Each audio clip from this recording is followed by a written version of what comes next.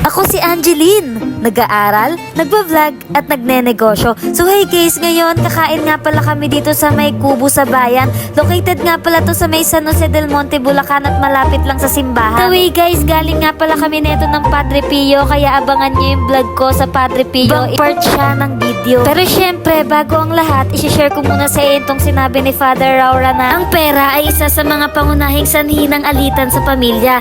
Importante na maging malinaw ang usapan tungkol dito at sana magtulungan ng bawat isa upang maayos ang anumang problema na may kaugnayan sa pera. Kahit hindi sa pamilya guys, mas madalas yan sa ibang tao at lalong doon nakikita ang tunay na ugali ng tao sa pera. Kaya kahit anong mangyari, huwag tayong magpapasakop sa pera. Dahil ang pera nauubos yan at napapalitan, pero yung mga taong mahal natin sa buhay nandyan para sa atin ay hindi. At syempre kapag nagkaroon tayo ng problema sa pera, alam na natin kung sino ang unang lalapitan. Syempre yun nasa itaas lang. Anyways guys, yung mga gantong pagtitipon at pagsasalo, chine-cherish natin yan. Dahil alam naman nating hindi palaging ganito. Nga pala guys, itong kinainan namin is Kubo sa Bayan Restaurant located sa San Jose del Monte, Bulacan. At meron din silang catering services. 2007 pa nga pala sila nag-ooperate. In fairness sa mga dishes nila guys, talagang lutong bahay yung lasa. Kaya kung palaging fast food ang kinakain mo at namimiss mo na ang luto sa bahay nyo, pwede kayong pumunta dito sa Kubo sa Bayan located sa San Jose del Monte, Bulacan.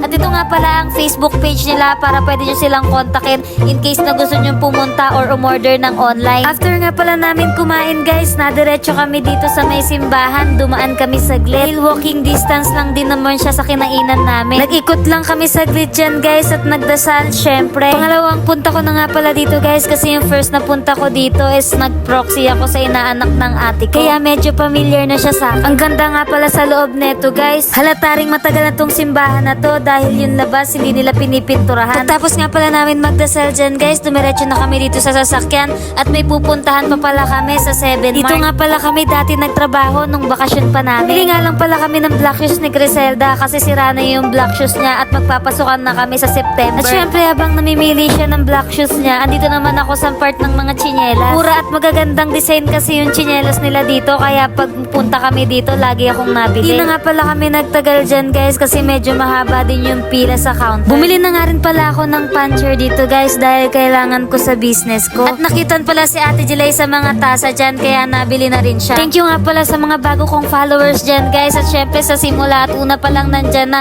grabe napaka-solid nyo. Hindi ko man kayo may isa-isa pero palagi akong nagpapasalamat sa inyo. Dito ko na lang din pala tatapusin tong vlog na to. Salamat sa panonood. Next vlog naman ulit. Bye and don't forget to follow my social media accounts. Thank you! Catch a good time, even if it takes all night.